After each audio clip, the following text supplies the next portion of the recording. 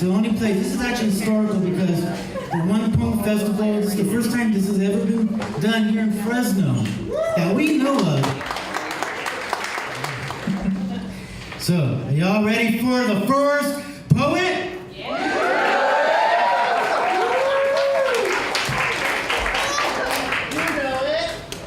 Well, the first shall be last, the last is always first. Let's bring up the first poet, Marisol Baca!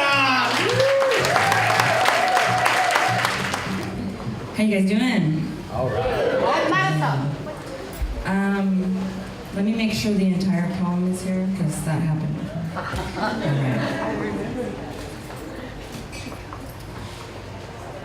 Apertura.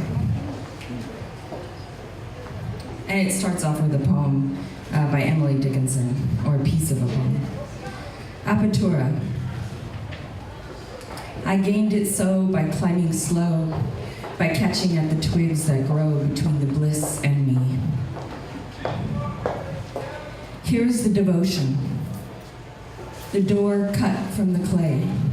Looking through the other side is asphalt.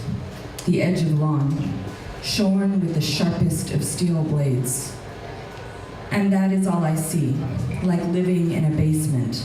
The sky is the cut grass. If I were to find the door, a charcoal line scratched into the wall, and my hands pushed away the expectation of its barrier. What kind of a sound does the opening door make? Is the surface smooth against my palms? I would most certainly turn away from the chasm to look to you and motion, come with me. And is the imagined not real in any sense? The play is forlorn. You might say, we are too old to open that door. You might not say that at all. Enter into a strong and abysmal ignorance. Stephanie loves to look at the swing of her French doors, the wood and glass inside a room filled with southern light. She imagines a garden of potted plants, the ferns under glass terrariums. Mostly, though, she is opening the doors and she is closing them. Imagining the dinner party guests swimming in from the foyer. She could close them up tight in that room, she thinks. Is this why we make doors inside of houses? We imagine the locks are keeping us. Devotion. Hunt for the new door. Look for it in your dream, but don't lose the direction. These doors are closed. We wink through the keyholes. Present a line to cut away, create the aperture. Strike a match to burn a hole in the center. If you find the other side, what might you find? An opening to a walled city, a great industrial warehouse. Maybe you push with all your devotion. Open the door wide to find asphalt. And the ordinary square of lawn by your front porch. Thank you. Y'all ready for the next poet? Please welcome Mr. Jason Bassar.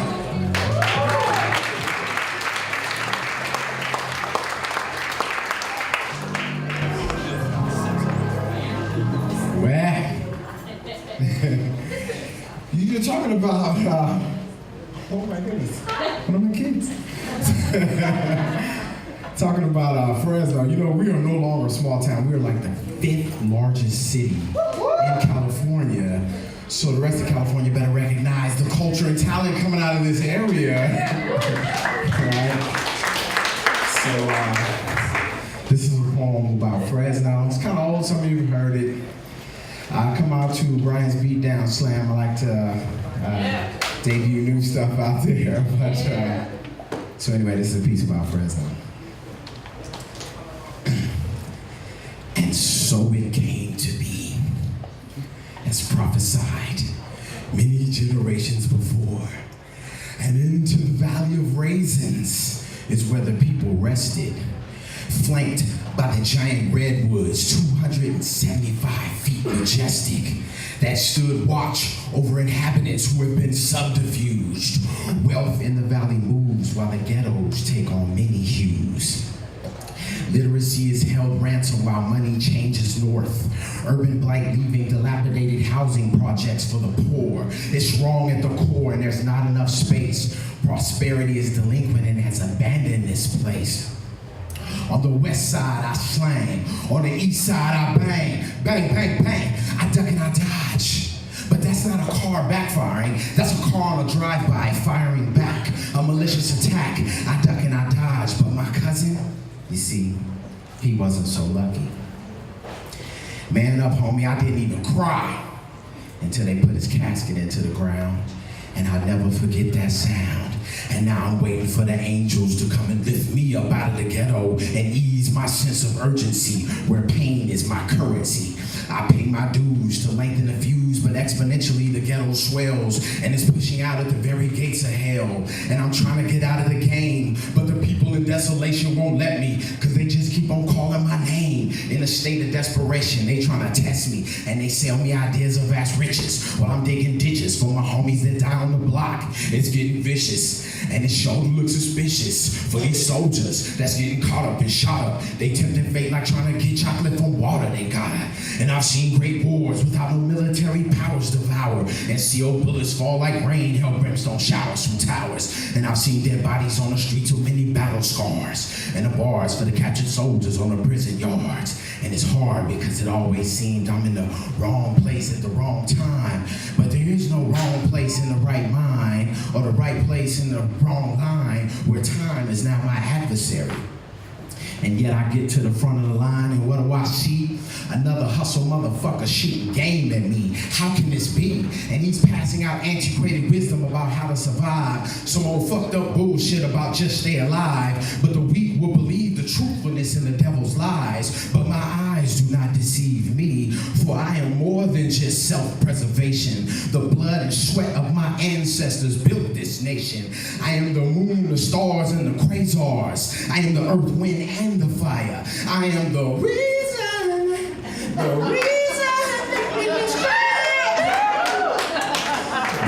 that we fear our feelings won't disappear. And after the love game has been played, stretch me out cause I want to get saved. And as I rise above the grave, I drift higher and higher. I look back and I can see that the valley is still on fire. I'm down to the wire. I'm chaliced in chains while Alice is in chains. Yet malice has unchained the broken silence of the game. And the violence that remains add wood to the flame for the afflicted children that have no names. But why are the children on fire? Have they lost their desire to extinguish the injustice? It can't be just us. But in the north, they can't see it, albeit through the pretty strip malls that decorate the landscape. The elephant and the donkey both have its fate, and neither can stop the flame from growing bigger and bigger as it burns through the ghetto towards the San Joaquin River, connecting social classes that are miles apart. The fire will end where the water starts, and the giant sequoia will rise above the valley once again to give shelter and shade from the tyranny of evil man.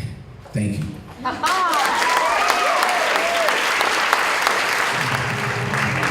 right, to the stage next. I've always wanted to do this. Are y'all ready for the next poet? Damn, that feels good. Give it up for David Campos. Pray. Reading polycystic ovary syndrome from lab results. The ink permanent. My wife's eyes lose their blue trying to understand the dyslexia of her body. The confused twitch of her brows shaking the language I speak from my tongue. Did you see us burn the copy we took home? The blackened shreds floating like moths. I pray, leave us alone. Let us walk to the bus stop without the shrill of all the kids we can't have playing at the daycare on the corner. The laughter.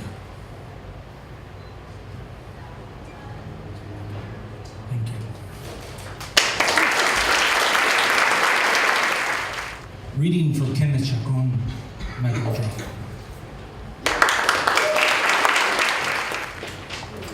Right. Kenneth is recovering from surgery, so we wish him the best. He asked me to read his poem.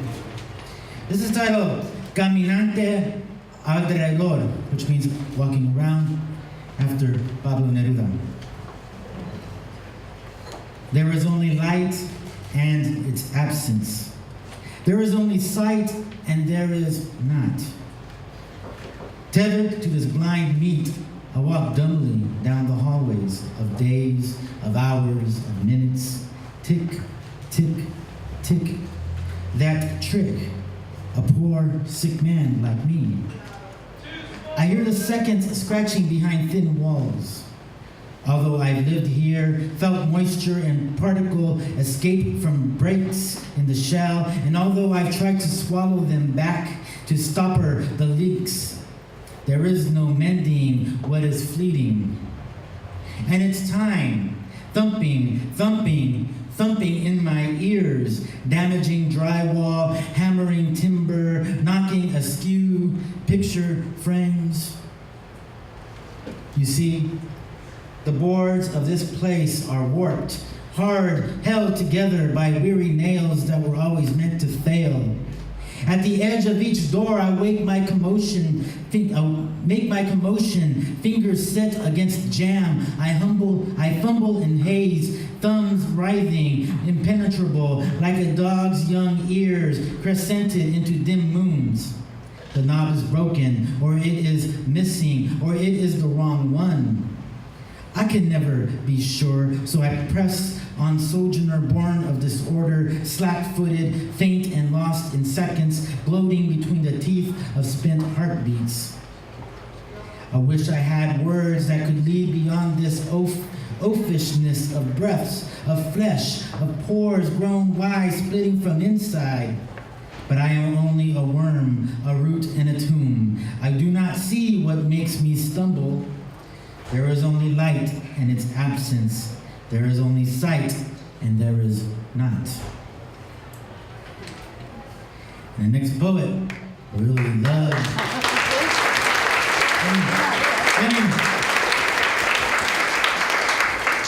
The next poet loves pizza. Michael Dominguez. If anyone is hoping for the pizza poem, I hate to disappoint. That's your one poem. That is one.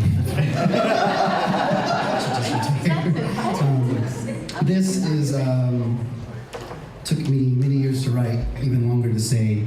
It is for everyone else who has a wealth of things that they are wanting to get out.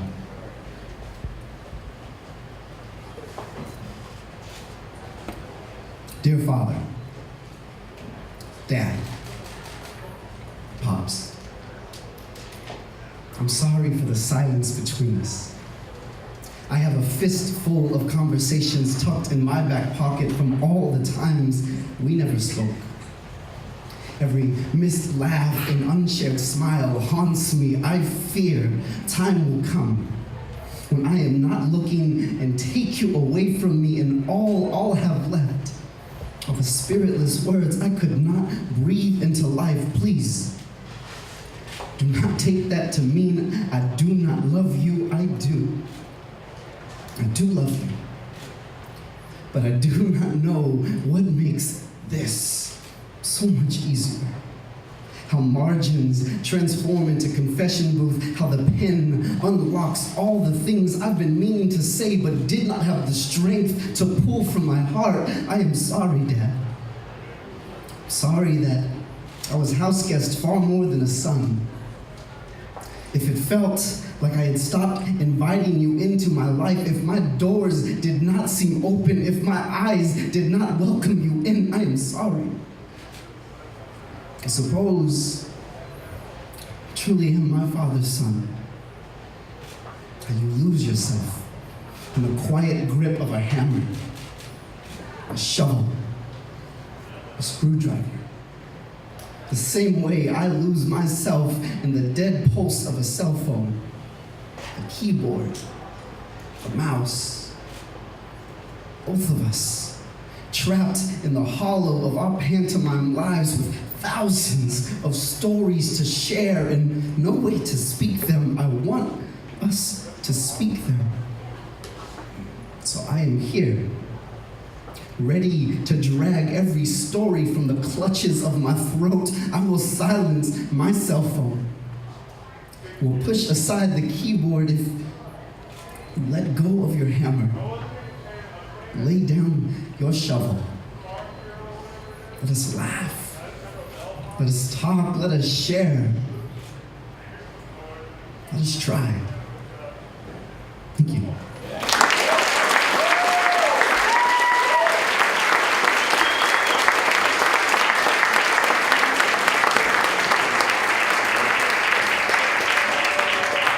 Next up is the very talented Shelley Fairbanks. Shelley Fairbanks. This one's called Seashells. I spent my days picking up seashells, running away from the rising waves so the chill of ice water would not make my feet go numb. So I waited patiently for each low tide, sitting on blankets and counting how many pretty shells I could find, trying to ignore the waves that reached out and touched the edges of the blankets. And some days, curling up into myself and trying to block out the freeze when the tides came too high and wrapped around me and pulled my stacks of shells with them, I could do nothing but wait until the water would pull itself back and I could go look for seashells again. I spent my days picking up seashells, taking each one I could see and giving them to someone who didn't have as many as me. Each time I handed him a bag of shells, he smiled and told me I was as pretty as them. But despite the bags of shells I gave him, he still didn't have as many as me. So I ran out to the sand, out to gather as many as I could. And when the tide began to rise, I stayed on the beach, letting the water wrap around my ankles, letting the chill numb my legs and hands because I was so desperate to find more so he could smile again. With the more shells I gave him, though, he smiled less and less, wanted more and more, telling me my shells weren't making him as happy as they did. So I gave him all of mine until he left the beach altogether, leaving behind a pile of shattered shells, all the ones I had given him. I spent my days picking up seashells, making small stacks of them by my blankets and making sure to be careful with each one. One day, I was told my shells were the prettiest shells to ever be seen. So I gave one shell to each girl. The next day they came back, told me I was great at finding such pretty shells, and they showed me some of their own, so I gave them each one more each day. They came back, letting me see their seashells and taking one of mine, 2 of mine, 3 of mine, 7 of mine, and soon, each day, they were taking and sharing all of mine until they left because I was holding a few in my pockets and I wasn't giving enough. I spent my days picking up seashells, tucking them away in my pockets and backpack. I do not want them taken from me again. But I am chained to another person, tall enough to stand above the rushing waves as she holds me down under the water, commanding me to find more shells as proof that I am trying. But every time I catch a few in my hands, the only rising tide grabs them away from me again. Salty water swirls around my head and in my mouth, up my nose, filling my lungs. She tells me to stop coughing, saying I have no reason to because she is standing in the water as well, but it only reaches her waist high. So I am waiting for the day when I can cut the chains and keep my shells for myself again. I spend my days picking up seashells, searching for some kind of sign that there are still some there at low tide. I have resorted to picking up anything I can find, filling my pockets with rocks, to sit alongside the few shells I have left, walking next to someone who is willing to trade her beautiful shells for the small stones I hold. And I wonder when I can find more of my shells on the fair banks of the sea again. I spend my days searching desperately for seashells. I am so bad at names. Okay.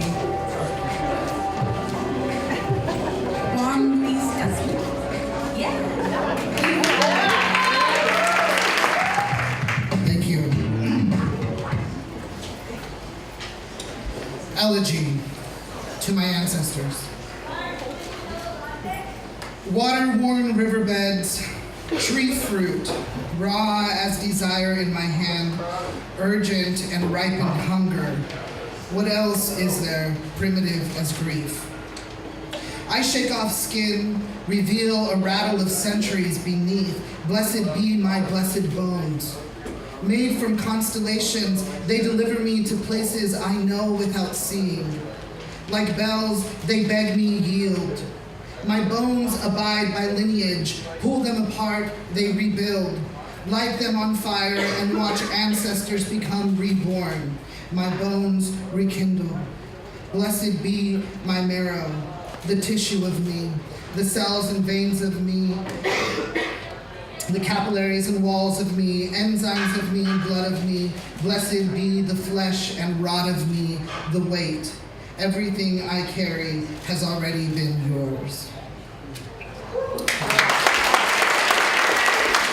Welcome, a friend and mentor to many people in this room, Corrine Clegg Hales. I'm going to read a poem about a boy that I knew about 50 years ago, which is tells you how old I am.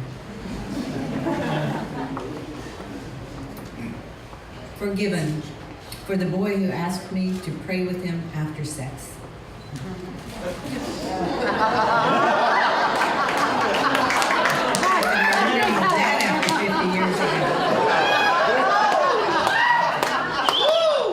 I knew what we were going to do when you downshifted and turned onto Mill Creek Canyon Road.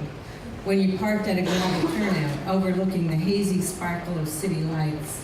When you unrolled all the windows so we could see Jupiter and the swollen moon and breathe in the dampness of dogwood blossoms. When you cranked the old Rambler seats back as far as they would go. When we fell together into the soft blankets, sighing and humming. When we let our tongues move into each other's mouths and ears. When we let our hands slide under cotton onto skin.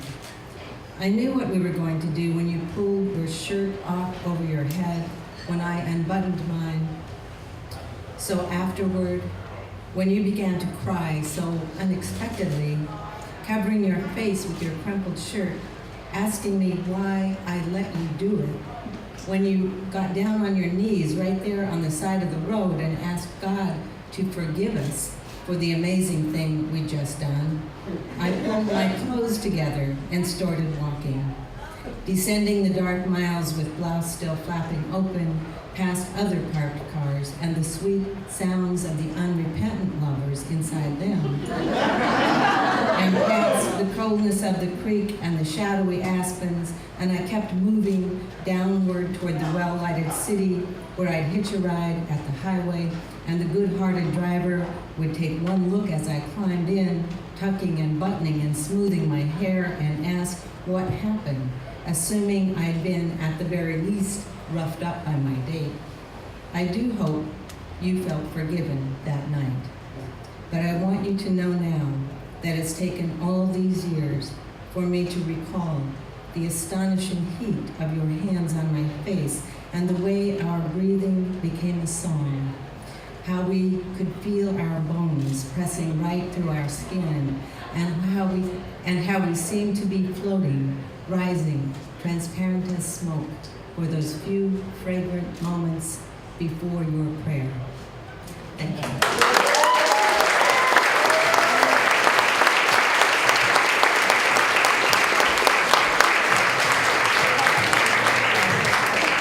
The next reader is Taylor Harris. Hi, Taylor.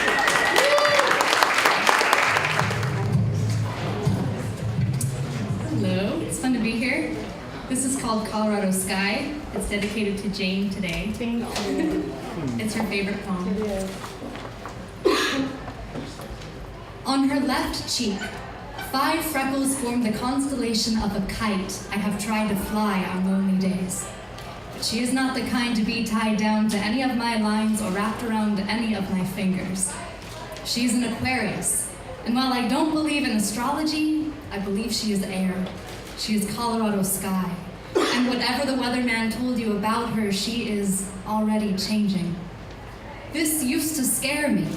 until I learned she is always returning.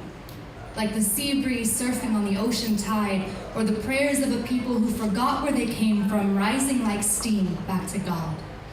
Forget steam engine, locomotive. She is the howling wind of the Santa Ana Canyon, setting fire to the dry brush of apathy. At times, a Kansas tornado, transforming black and white visions with the vibrancy of poppies and emeralds and yellow brick roads. There is no place like home, and there is nothing like her snow that I catch on my tongue and build into forts that are already melting me into more vulnerable. And whatever the Eskimos called her can't be bottled in painted globes, shaken at my whim when I am begging for Christmas in July, because then she is firecracker-painted sky, falling on my head, waking anthems inside. She is zephyr, sunshine, sound wave, and for whatever frequency she can't detect in her left inner ear, she resonates new symphonies I can hear in her heartbeat. When our bodies form cradles, rocking our fears to sleep and waking the dreams into the marrow of our aching bones. I know that she only wants to be seen and known for what she is, and what she is always moving. Cool air seeking spaces to fill, and in the fall, in the pressure of my thorax, she will always meet me when my lungs make room for her coming. Hello inhaled, exhaled goodbye, but look, I am still breathing, and she is still and always mine.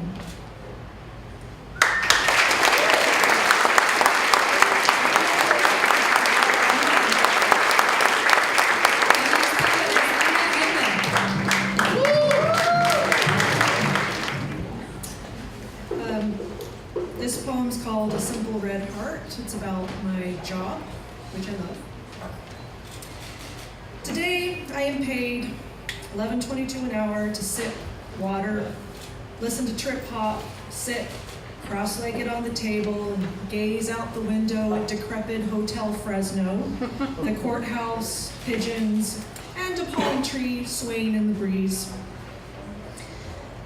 I imagine a spirit guide, short and straw hat, walk up the stairs, pass a note to my tall, star-eyed guide. Our homeless contact for the day outside the office, using the hose to wash the meth bugs off his 2 shopping carts of possessions, is singing the Red Hot Chili Peppers' Life is Beautiful Around the World.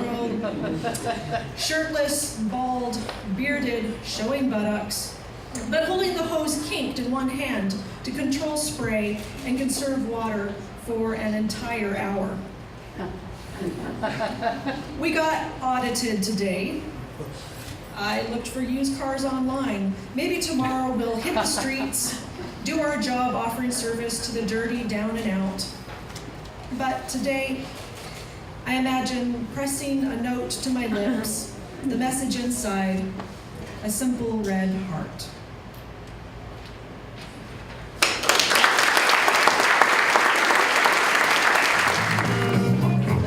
How's it going, Fresno? What's up? Before I read my poem, I'd like to give a big thank you to Mr. Brian Medina and Michael Madrano for allowing me to be a part of this amazing show this evening. With such prestigious programs.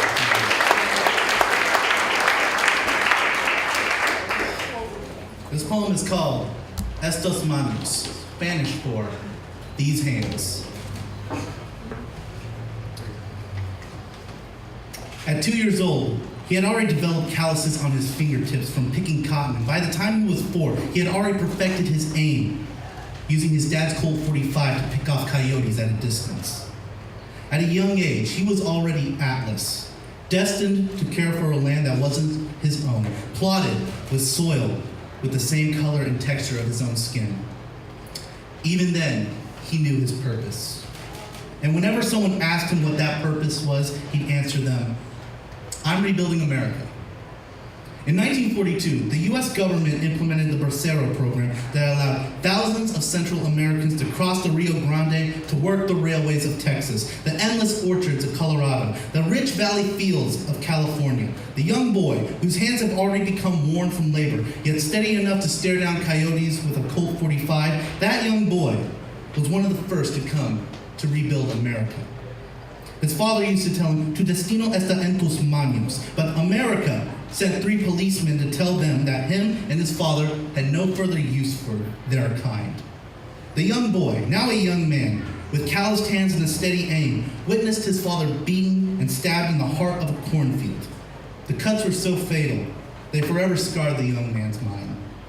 That young man, now an old man, my grandfather, Manuel Reyes Hasso, a bracero, a campesino, his fingers calloused like the bark of oak trees. The veins in his palms are the roots that have broken ground, and his steady aim is now lost like fallen leaves.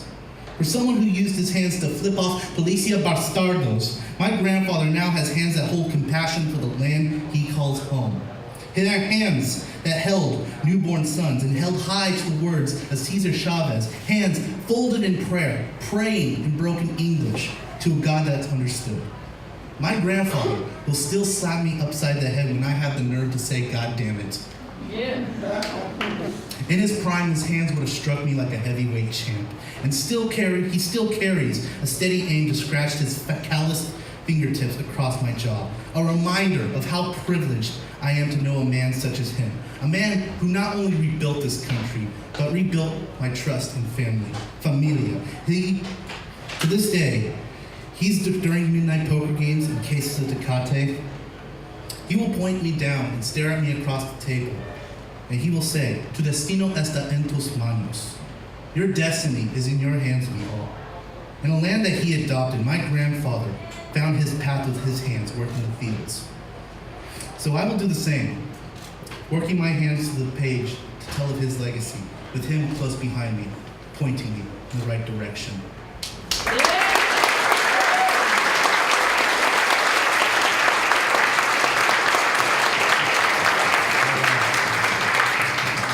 Our next poet up is a poet I actually have a bit of a bias for. She's a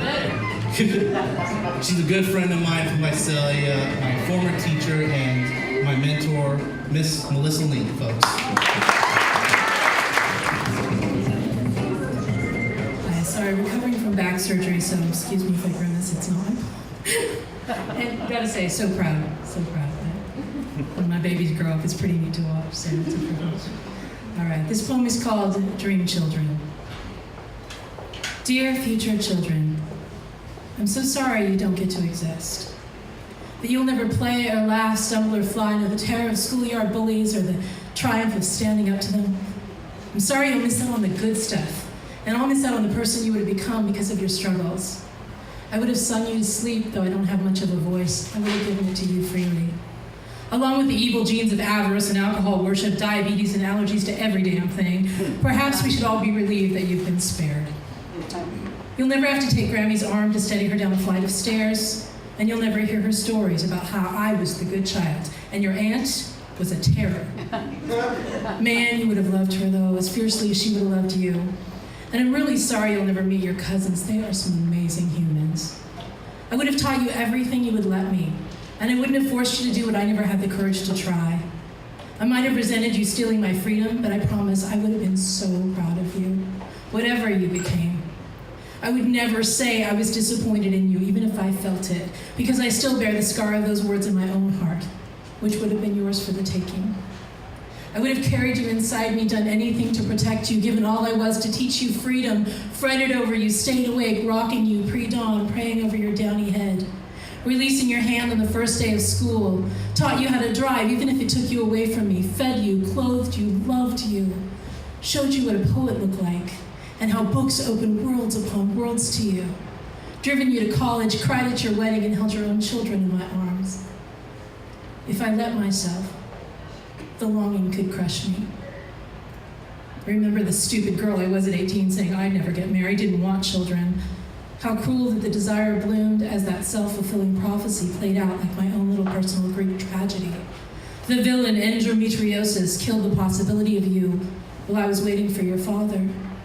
Like mine, he never really showed up. So I'm sorry, dream children, unnamed and unborn, that I was never alive enough to give you life. I sometimes wish they had buried my cursed barren womb somewhere so that I had a place to mourn you. This requiem will have to do. At least now I can't say I have nothing to show for you. And in your honor, dear babies, all those others God has seen fit to put in my way will be loved and protected, cajoled and inspired with all I would have given you, even though they belong to someone else. For a tiny window of time, I'll become their surrogate mother and they my minor miracles, and every time I want to give up on them, I will think of you and give myself away, hoping the particles of me they carry make a fitting legacy for you, the children I never knew.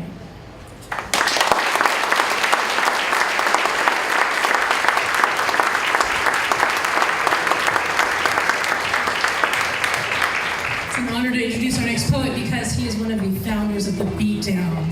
Home Away from Home for the Visalia invasion. We love it, we love it. Please welcome Mr. James McElroy. Hey, show of hands from the poets in the room. How many of you, when Brian and Michael said, only your best poem, went, oh crap, what am I gonna read? Seriously. I ended up just going with one that is a personal favorite of mine. If anybody has ever felt what you consider to be love at first sight, you might understand this. This is called Sprung. That moment, just then, when I let go, that was deep. Fever deep, internal, incandescent, deep, like when your eyes stormed across inches and overwhelmed mine, and I tried to close them to escape that gaze, that deep. But muscles could not receive a message never sent by nerves electrified, twitching, so fried that the most they can do is shoot bottle rockets at my skin from deep within, and my skin has gone goose.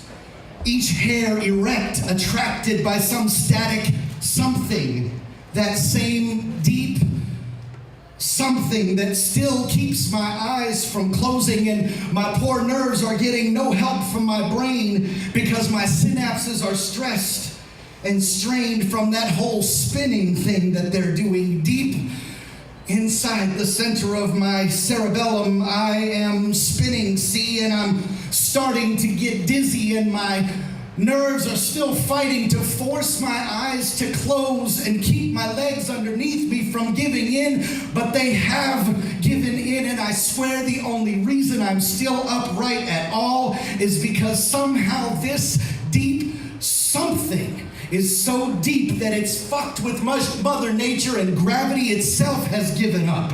And to my mind still spinning, this makes perfect sense, and my senses are shifted because of my nerves and my brain is getting no help from my heart because my heart is breakneck paced and faced with the challenge of keeping blood coursing and keeping my lungs emptying and filling me, but my breaths are too short, too shallow, and they won't go deep, and it's making me dizzy again and I try again to get my lids to lower in the midst of this madness of pounding and coursing and spinning and static sparking, but the muscles still aren't receiving the message never sent, never meant to be sent, because somehow deep inside this chaotic core, this deep something knows, and I know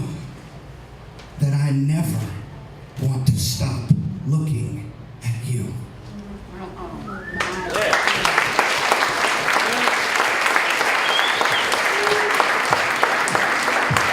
Ladies and gentlemen, it is my great pleasure to introduce the next poet to the microphone this evening. He is my brother from another mother. He introduced me to the Fresno art scene by way of the inner ear.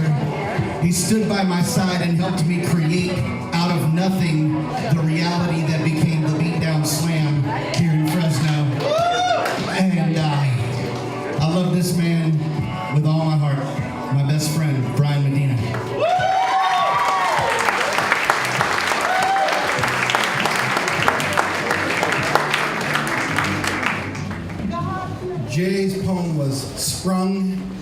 Spring. Living in the aftermath of two shadows. A personal story.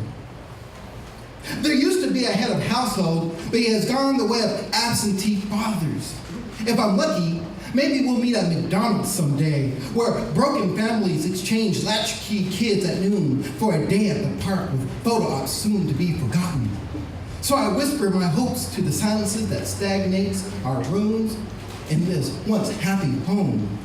I carry colorful markers to color in the blank spots so I don't have to hear the commotion coming from the walls, the floors. Sometimes I mark outside the lines just to see what I can get away with, but mostly I just find myself scribbling nonsensical nonsense. My vibrant hues mixing with the muted pastels, hoping one day my artist's eye would be good enough to cut off an ear and abstract myself in crazy right angles, 180 degrees left of my grandparents' political leanings for future fights that end with, I never did like your mother. Daddy always did have a short fuse, and so did I. Memories involving walls riddled with holes as wide and as deep as the universe I felt churning inside me until I got older. My knuckle game, nothing more than a way to let the poison out. Yesterday, the sky was black with birds. There must have been 1,000 flying away from me towards what I don't know. So when I showed up tender and bruised later that night, Mama's wet eyes told me everything I needed to know. Punched and kicked, wrestling the night in the vacant lot next to where Uncle Ray Ray got introduced to the life. My mouth swallowing both blood and wind and gulps of rite of passage banged against the concrete. We don't speak about this anymore. And 3 husbands. While he, always demanding another chance to find that part so long ago. What happened to those pictures? But it's all just a fog now. A new bruise to throb hard against the pounding heat of Fresno City.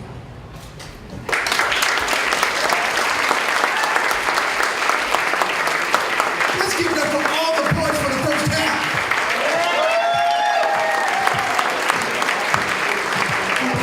Well, you guys having a good time?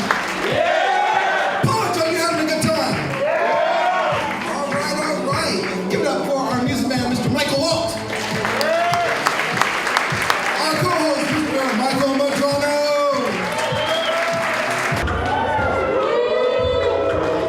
Oh, come on, how y'all doing? Let's give it up for all the poets right here. Stop!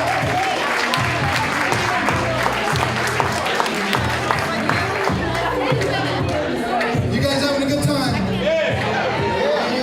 Let the poets know one more time. Y'all ready for the next poet? Start the second round. Left brother. Oh my goodness. You know, you're blessed when you need 3 friends in your lifetime. Good friends you can cry, you can call them up at 2 in the morning. Hey man, I'm drunk. You know, you can ask them for a ride or whatnot. I've been lucky to have a whole community of poets. This one in particular is very special to me because he brought me in this game. Please welcome Mr. Michael Madrano.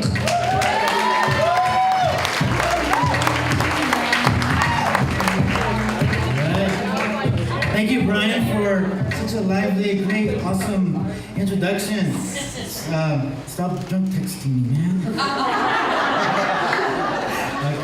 I'm joking. All right, we're gonna do a little picture first. Picture. You guys. All right, here we go. I know. Good. You guys ready? 1, 2, 3. What? I already took it. Okay, this side right here, I got you guys. I got you guys. Over here on the side. All right, iPhone. Can't beat that, right? Can I take a picture of you? All right. The universe is that. It's a Star Trek thing. How many of you are on a date? You're on a date, brought you significant. This is called Date Night in the Tower. Date night in the tower. On the 12th day of March, Jaime Rodriguez, with his first paycheck from Tower Market, took his crush to the coffee shop and said, "Order what you want." The beauty, a brunette in a vintage green dress, squinted at the hanging blackboard menu and couldn't decipher a mocha from a skinny latte, so she ordered her tea hot with extra lemon. When the couple found their way to the patio seating, Jaime cupped her hand and placed it in his. He said he liked the Christmas lights strung along the outside of the cafe, how the lights resembled stars as they crawled up and cradled in the branches of the olive tree, providing cool shade during the unusually warm Fresno night. Here, they sipped their drinks slowly and stared in each other's eyes. It's true, they only paid Jaime for one day of work, that he wasn't any good at lifting and heaving and sweating, so he told stories. "Do you like the old movies?" he asked.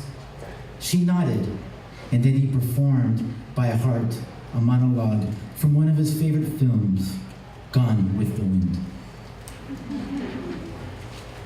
And it brings great pleasure to...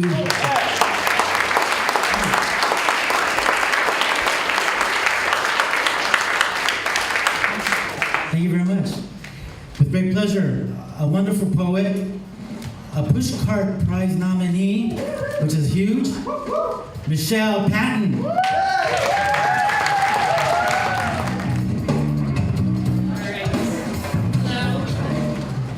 Like a rock star, like I should do something really exciting. But I'm just gonna read a book from a poem. Meanwhile, the pigeons are practicing their flight patterns again. Over and over, they land on a pale blue building in morning light, like a rehearsal for a big show. Trees wave their arms like exercise teachers for the old and infirm, and in the autumn of my 47th year, I learned the catechism of time, to settle and sort my small and golden pleasures. Meanwhile, a pair of mourning doves, their eyes ringed with blue, study me on the balcony. There's so little time, after all, for the luxuries of confusion, for the wandering heart. These days, I worry about the bees, their slow circles, either dead or in the throes when I see their wings translucent against dirty concrete. I worry about this crop of ragged granite growing slightly left and below my heart. I walk around with it like a bouquet of dead flowers, a warning for the young and glib.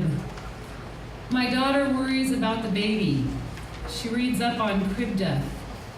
Is it the blankets, the position? She dreams of the grave silence, the chest still as stone in the middle of the night. If it's not the blankets and not the position, what causes all these babies to die? My granddaughter looks at us from the sheer curtains of pre-memory eyes. I worry about how many times a day I tell myself everything is okay, everyone is okay. About the high-pitched noise I keep hearing, and the people in their cars on your street, chewing their nails, wanting something they were promised, mostly alone. I worry about my teeth and my credit and my mother's ears. What could happen to her in front of the TV with the volume all the way up?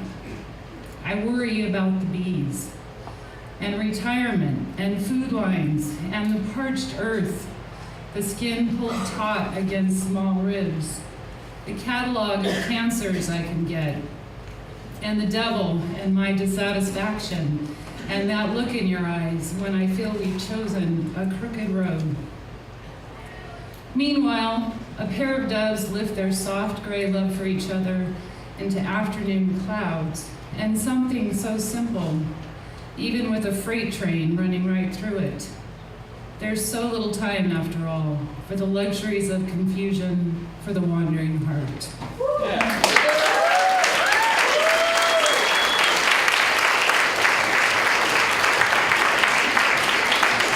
And our next poet is Tim Skeen. Theosophy.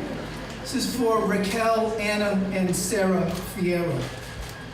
My red wave-in muses bid me to clothe myself in robes of tortillas, to gorge my wife on 50-cent tacos, to have 28 children, one for each version of Blue Christmas on the jukebox, to teach the kids how to eat menudo with their left hands.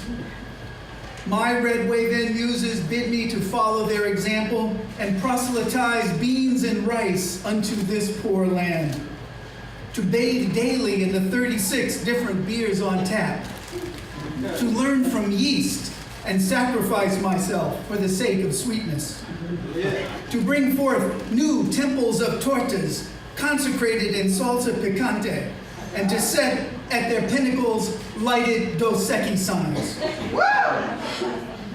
My red wave-in muses bid me to praise them with sincere piety, to protect them with the strength of a bracero, to respect the ancient gods of their Aztec ancestors, and fall to my knees nightly in supplication without being arrested for public intoxication, to be as awestruck as the archaeologists at the Templo Mayor, who unearthed the skeleton of a small dog with golden bells on its ears. O my red wave-in muses, in return, I ask you to convey unto me the name of Tenzquatl, the peaceful, the one who lives close to the ground, following the path you set forth, the most fortunate patron in the region of mystery under the security cameras, he who breaks down the walls of unreasonable sobriety so that tips may be gathered in your honor. Tenzquatl, he who eats the rooster's beak that is pico de gallo. He who raises his blast to inspire everybody to lift their skirts to their knees and dance. Tenzquatl, eager for peace, he that rages only repetition and rhyme, rhythm and rhetoric, he who frees the people to love. Your red-waving poeta laureado, who proclaims, O my muses, that we are united like gems on a necklace. We are united like the hops, the barley, and the rye in the self-same glass. Let us drink and partake of each other's beauty. Thank you.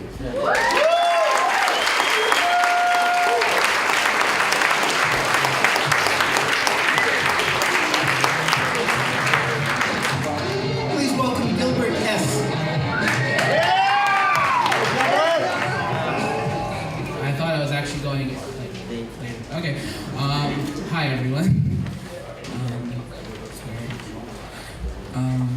Yeah. I couldn't really pick a best because I kind of don't think any of my poetry is that good, so I'll pick my favorite. Street has the beat, but the rhythm's with you. Street has the beat, but the rhythm's in you. Street has the beat, but girl, the rhythm's in you. Peruvian princess, hip-hop your middle name, you dream of thug mansions and first of the months like McCartney sang of yesterday, a culmination of your childhood experience.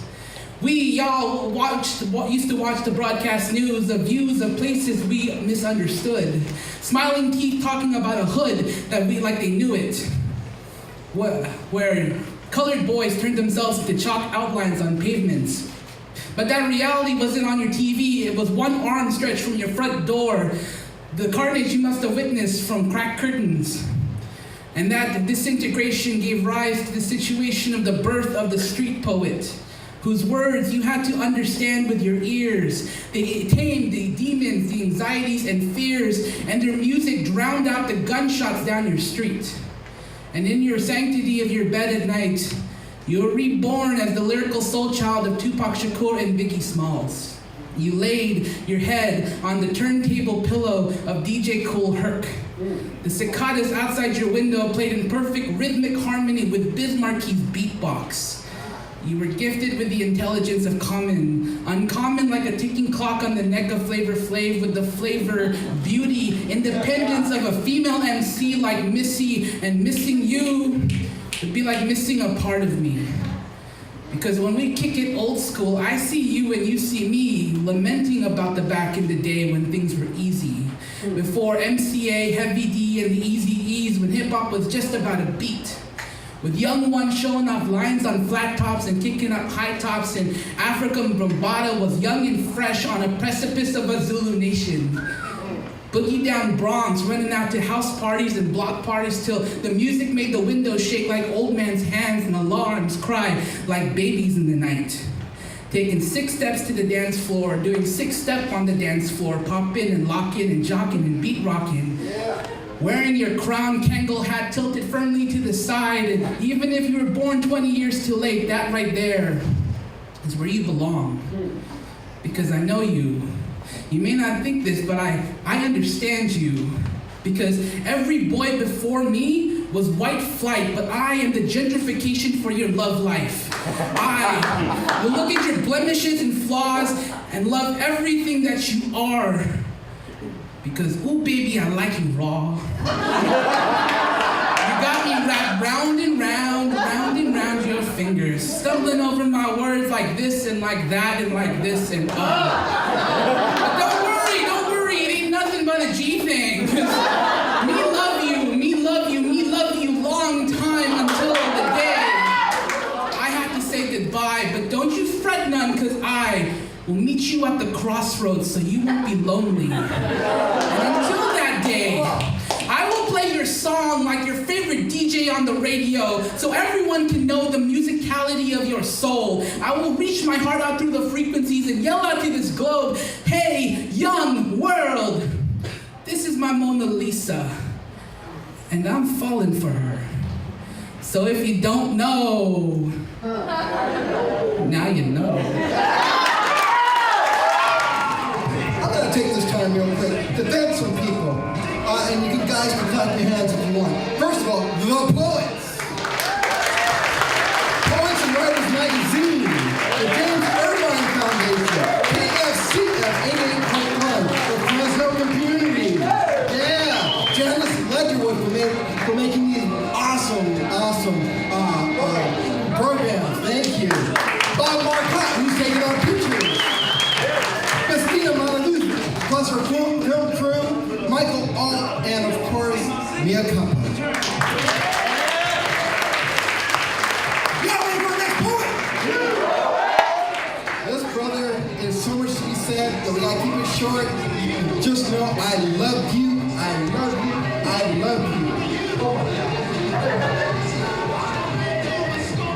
Please welcome to this microphone my writing buddy, Mr. Lou Standiford.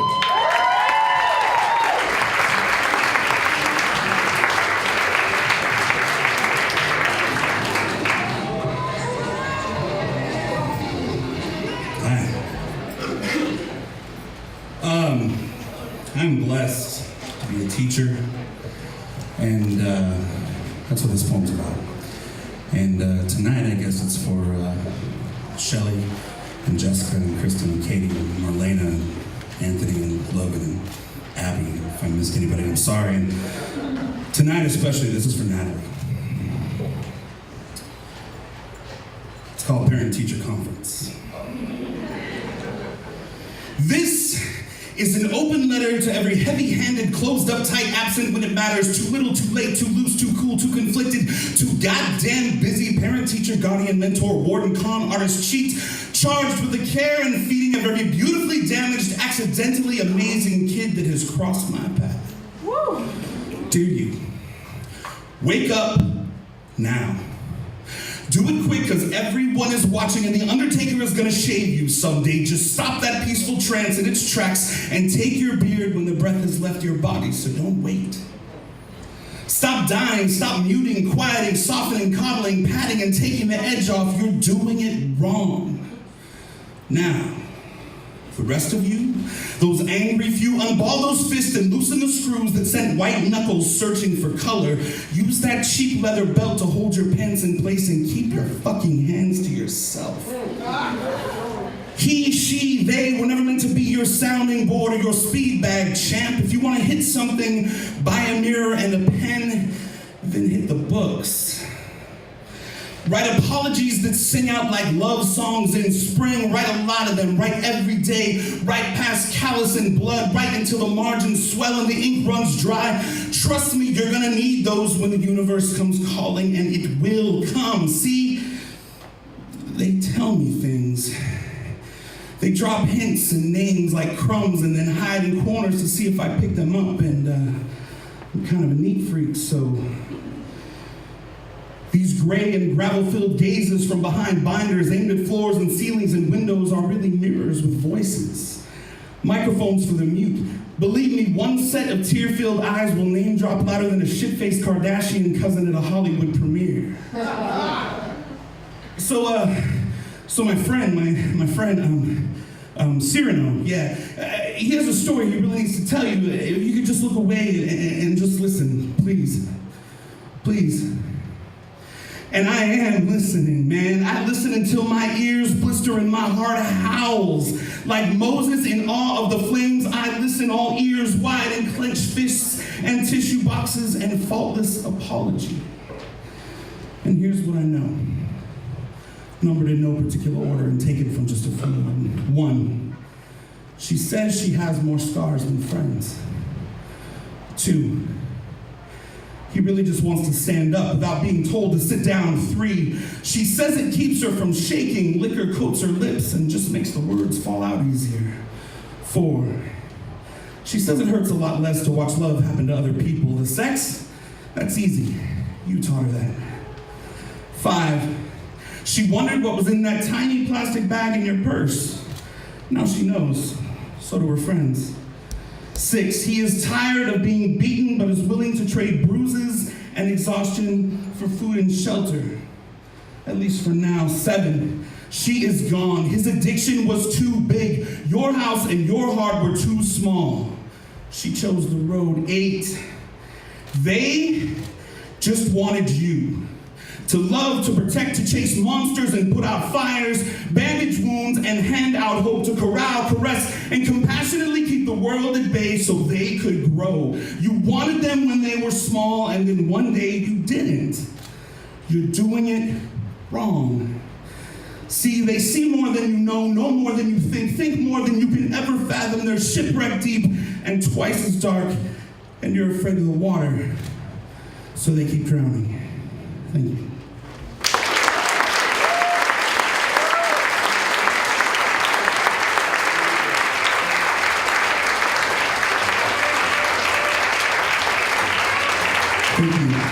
Ladies and gentlemen, it's my supreme pleasure to introduce the next poet. Please welcome Scurly.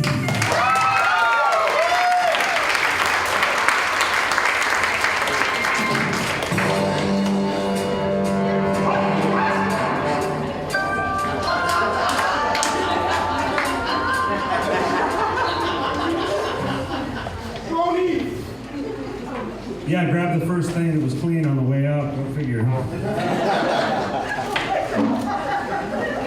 She just noticed. Check my fly.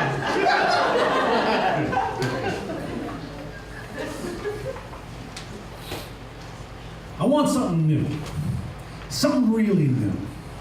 Not a reissue or retread or rehash or remake or redo of rejected ideas and remaining refuse. I'm talking about something new.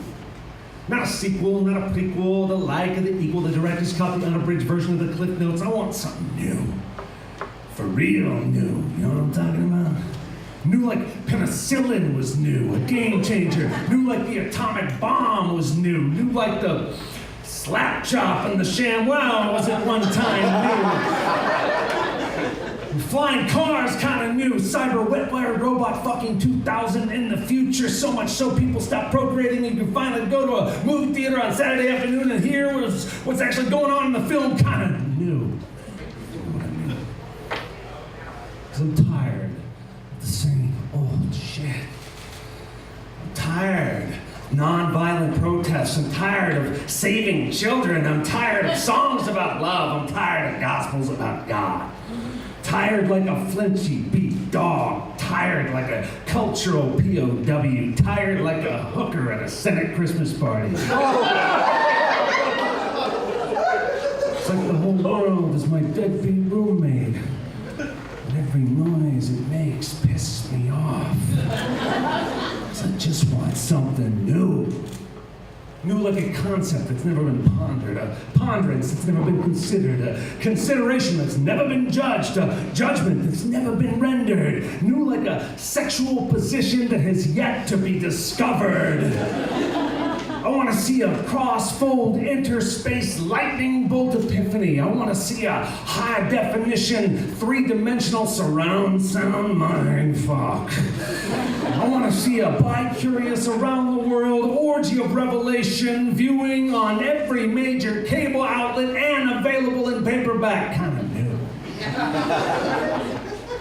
I want something that's going to break the mold, warp the ether, fracture reality enough for all of us to be able to notice and still act like we can't notice it, right? Like I want to see a meth addict who's really good at calligraphy.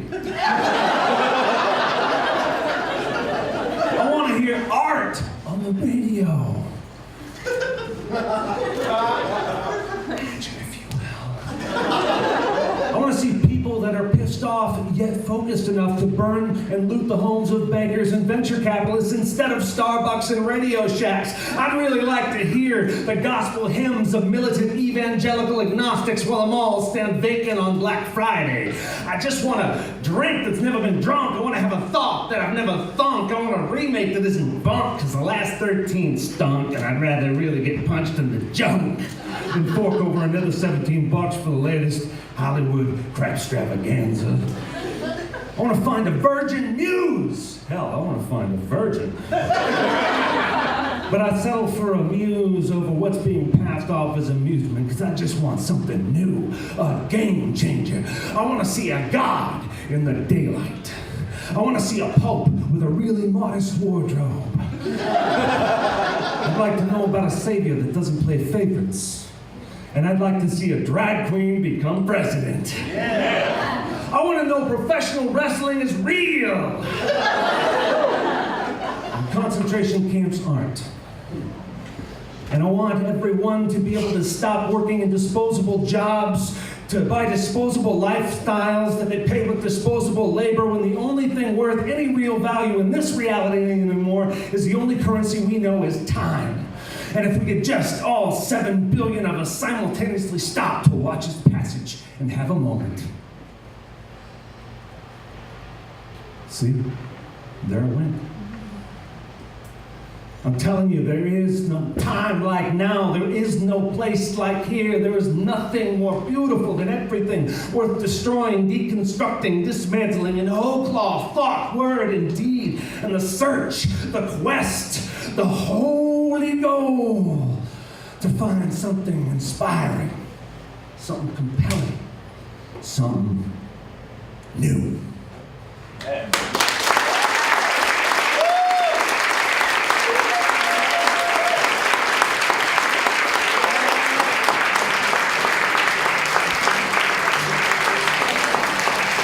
And now for something completely different. It is my pleasure to introduce this next poet. Many of you might know him as Fresno's first poet laureate. Please give it up for Mr. James Tyner. Hey guys, how you doing? First I want to say how happy I am to be in this room. So many people who've influenced me as a poet. I got my teachers, my mentors, I got friends, people who've made me the poet who I am. There's just so much history in this room. It's awesome to be a part of this.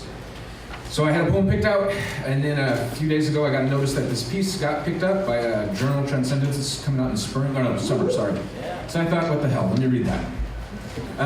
One thing I want to mention to you guys is the editor said, we love the piece, we want to print it, but could you take out this one line? So I thought, since I'm here, I'm going to read that line. Yeah! So see if you guys can pick it up. It's kind of subtle. To Fresno County supervisors after giving themselves another raise. Come to dinner. It's macaroni and cheese, third time this week, with hot dogs today. sliced into thin rounds, warmed on a dented pan. It's as far as this check goes. And there's a seat to the side near my daughter, and she is happy, and her belly fills with curved noodles and cheddar sauce. This is what $700 every 2 weeks brings. Paper spread over weeks, over months. The thinness of what's left after a $600 mortgage, $100 electric bill, car insurance, gas, groceries, school loan, water, credit card bills, phone bills, medicine, and emergencies. I spread $10 so thin, I make it transparent. But I smile as I slice this apple, and there's even enough for each of you. Each sweet, each crisp, split by knife. In 4 years, you've taken almost $500 out of each of my checks. But my 1-year-old son puts noodles on his head and says hat. And if you really were sitting here, he'd share everything. And you get a raise next week, and you get another in 6 months, more than what I make in a year. And my school loan might default next week, but I'd still feed you. Let you watch me as I unfold boxes of noodles, stir milk and cheese powder, undo the plastic folds of a hot dog package. And this you don't take, this I give. Fuck you. Isn't fuck you beautiful?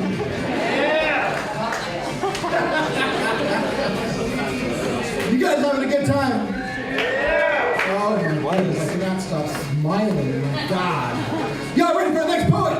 Hey, welcome, Caleb Wiener.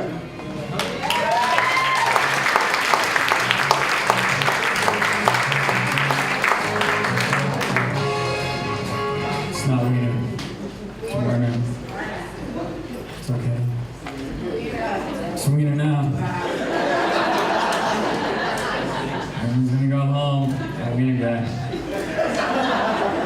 Bad luck. This is a true story. My head hits the pillow just as the door to my room opens and my brother's face appears. It is streaked with tears and he asks me, "Why don't you answer your phone?" Before I can answer him and ask him what's wrong, he tells me, in between shaking and uncontrolled sobs, Ashley's dead.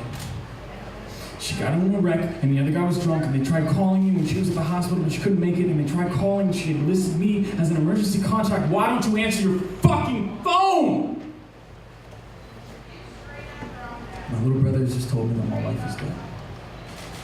He screams into the air between us, and his hands grab my head in an attempt to keep us both from drowning. I am shadows, incorporeal as I transcend sorrow, and I cannot hear him. I feel his forehead against mine, his tears stain my lips with their bitterness, and I cannot hear him. 7 years ago, I met the most beautiful woman I would never see again 7 years from now. I grab fistfuls of his shirt as his back meets the wall with violent hellos over and over again. I beat this cry from his chest with frail hands, boneless and full of anguish. My knees shatter against floorboards in a moment, indiscernible from an eternity of moments. And black is the brightest color. And then white. I am assaulted by chrome and averting eyes as I sign papers with a pen with pink ink. I'm identifying the remains of the woman who bore my children, and they have handed me a pink pen, as if I'm signing some 4-year-old's birthday card. And the black has come to live inside me. There's a hand resting on my shoulders gently as it holds a prescription pad. Eyes framed by a thin wire full of despair. They match his tongue as it offers me condolences. And then he is gone, like my wife, never to be heard from again, because hospitals are not where you go to make friends. My father shuts the car door because what little strength I have must be used to enter half the home I used to have. I'm now naked, clothed only in black. I am exhale and no inhale. I am falling, knowing emptiness will catch me, hoping tomorrow will not be, knowing that it will. And my head rises from the pillow just as the door to my room opens and my wife's face appears. Go home tonight and call whoever it is that you love and tell them that you love them. Not because they could be gone tomorrow, but because it is a much needed thing in this world. It took me a dream to realize last 7 years does not have enough moments for me to tell my wife that I love her. So I will tell her for 8 and for 9 until she cannot hear or I cannot speak. Go home tonight and make sure whoever it is that needs to knows you love them. And make sure they know tomorrow and the next day and the next day until they cannot hear or you cannot speak. Because it is a much needed thing in this world.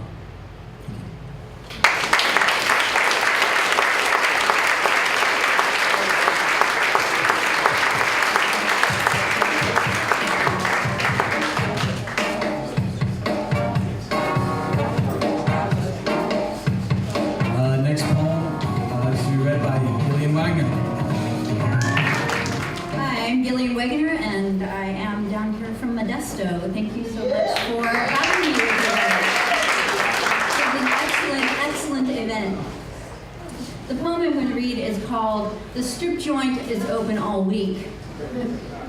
To say, I asked my husband last night what poem I should read, and he said, "How about the stripper poem?" And our 11-year-old daughter said, "Mom!" And she had no idea really what that meant. She just was horrified. The strip joint is open all week. Wednesdays are slow days. No one drives out from the city of rattling elevators to sit in these sticky chairs. So the dancing is for the sticky, empty chairs and for the bartender pouring bowls of peanuts back into the jar. Thursdays are different. The weekend starts early and the faces of the college kids turn ancient and craggy under blue and gold stage lights.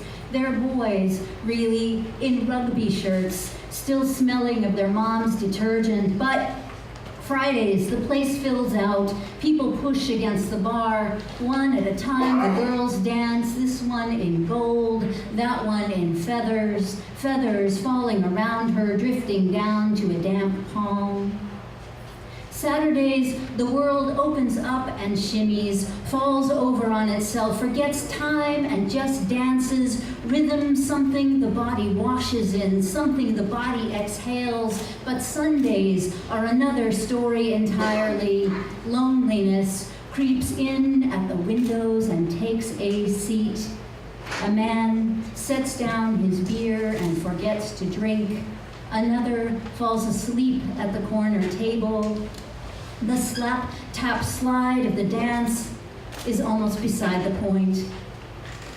Monday comes on like a cold snap, like a draft around the legs of tables and chairs and dancers. And Tuesday, no one's favorite and no one's least favorite, is easy. Only the attentive come on Tuesdays. They eat the peanuts slowly and lick the salt from their fingers. The girls dance. Gold, feathers, carefully, listening to the music for the first time all week and pretending the twinkle lights strung around the room are the most distant, uncharted stars.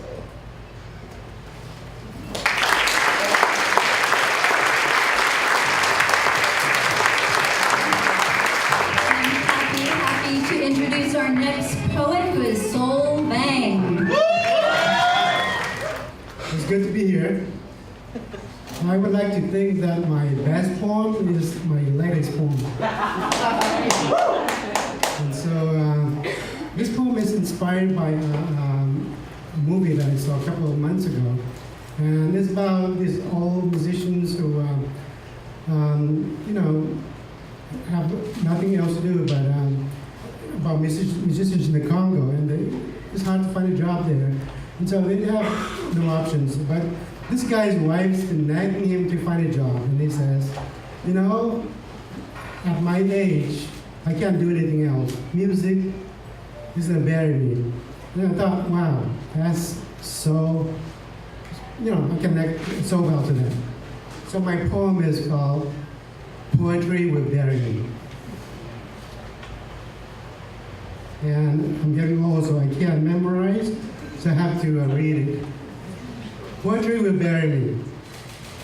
At my age, I can't and won't do anything else. And though poetry and I have had a 20-year hard and cold relationship, though I never managed to get to know her movements and rhythms as well as I should, she is all that I have now. So I will spend the rest of my years with her, living with her, tangoing with her, holding her hand, and let her bury me in bliss and pain, in fury and in delight. Thank you.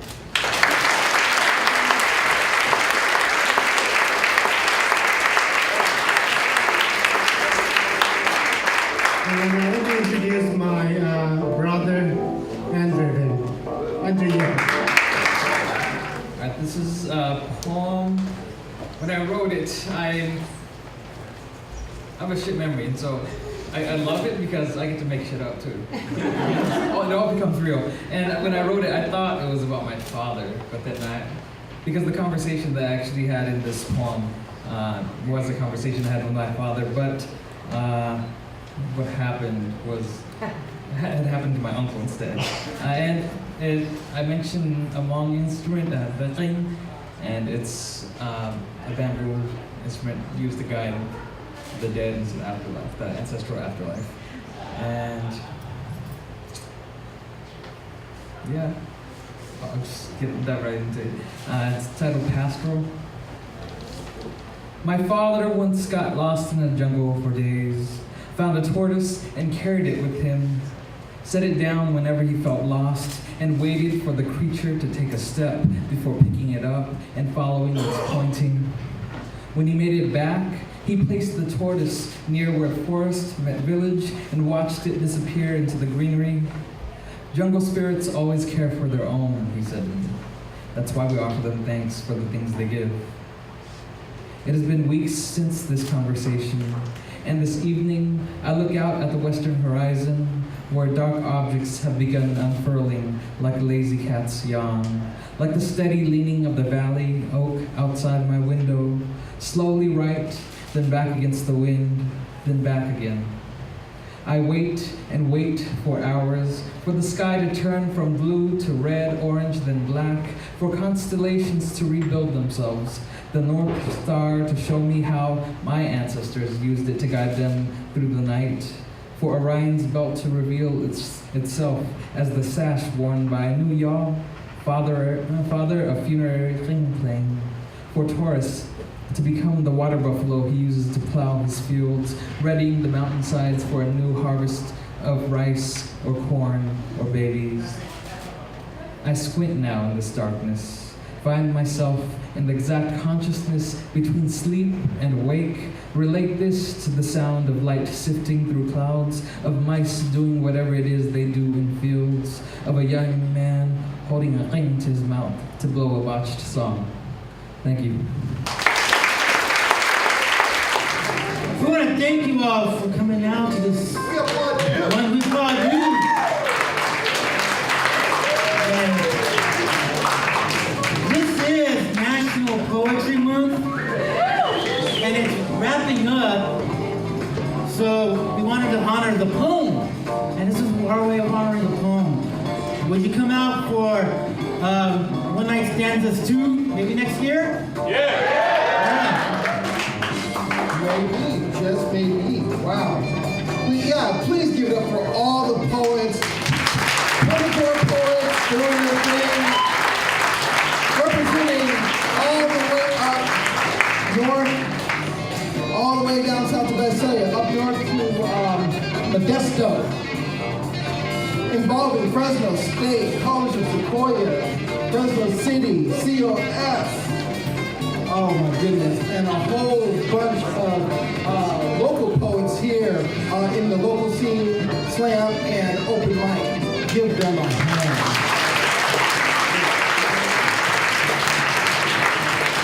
One of the other things we wanted to do was to do an event featuring poets who are connected to the university and also poets connected to coffee shops, and wanted to see what would happen. And this is what happened. And it happened, and it's historical. And thank you.